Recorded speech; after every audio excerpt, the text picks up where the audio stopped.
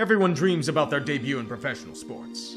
As a kid, you're playing in your backyard or local court, imagining yourself with seconds remaining. Perhaps lined up on a 4th and goal during the Super Bowl. Bases loaded, bottom of the 9th. Whatever sport of your choice.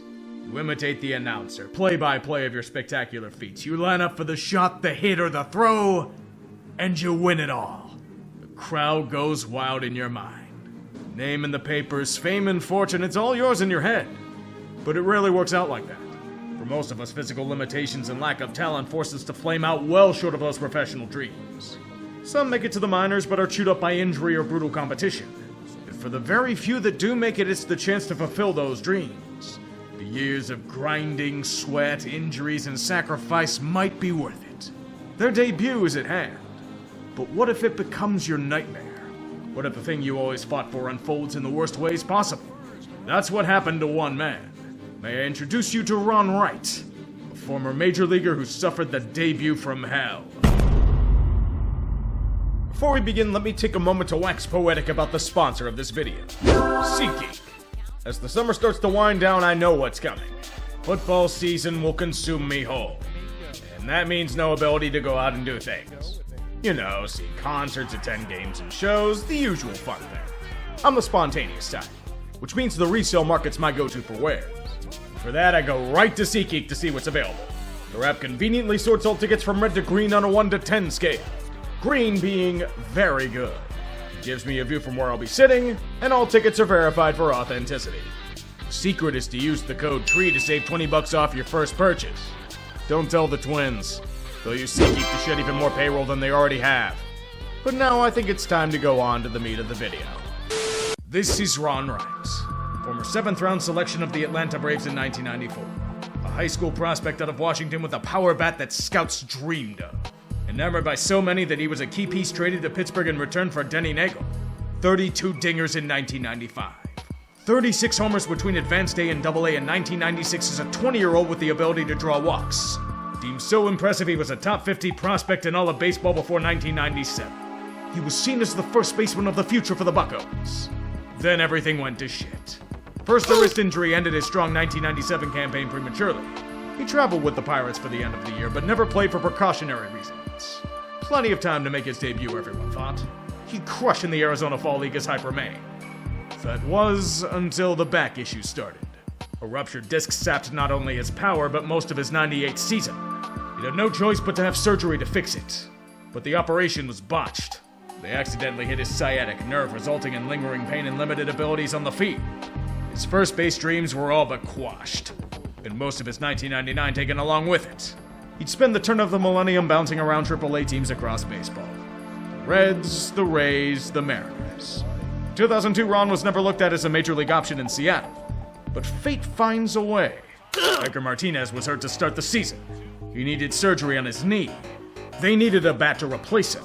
After almost 9 years and a half decade after the hype, Ron Wright would finally be getting the call.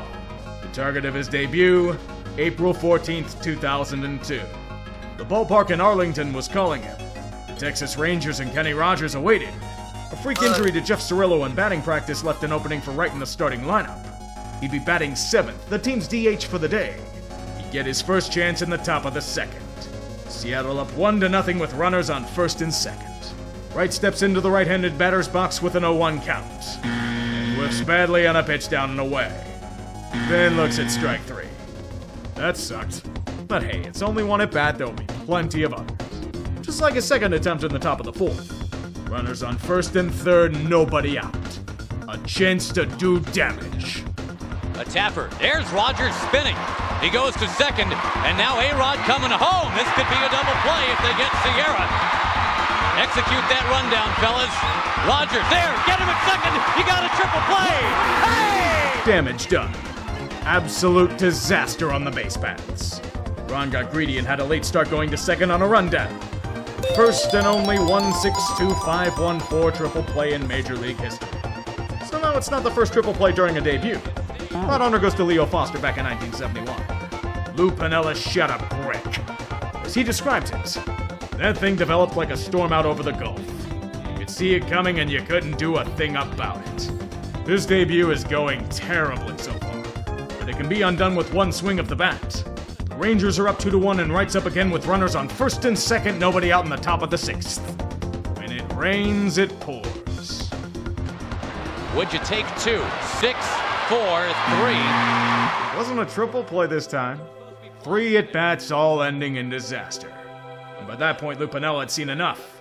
Mark McLemore would come in for the remainder of the game as DH. He didn't do much better. The only stroke of luck for Wright was that Seattle ended up winning 9-7. Thus, his humiliation was only gentle ribbing from his teammates. When the dust settled, Wright put up a WPA of negative .39, which means he single-handedly lowered the Mariners' win expectancy by 39%. It wouldn't be the worst performance in history, but his debut went sour. Worse yet, he wouldn't get another chance in the bigs. Wright was demoted back to AAA a week later without another appearance. And that was all she wrote. He'd spend the remainder of the year in Tacoma, followed by stints in Toledo, Akron, and Indy ball, but his career was over. Ron would retire after 2004 at the age of 28. His baseball reference page reads 1 game played, 0 for 3 at the plate with 1 strikeout and a WAR of negative .1.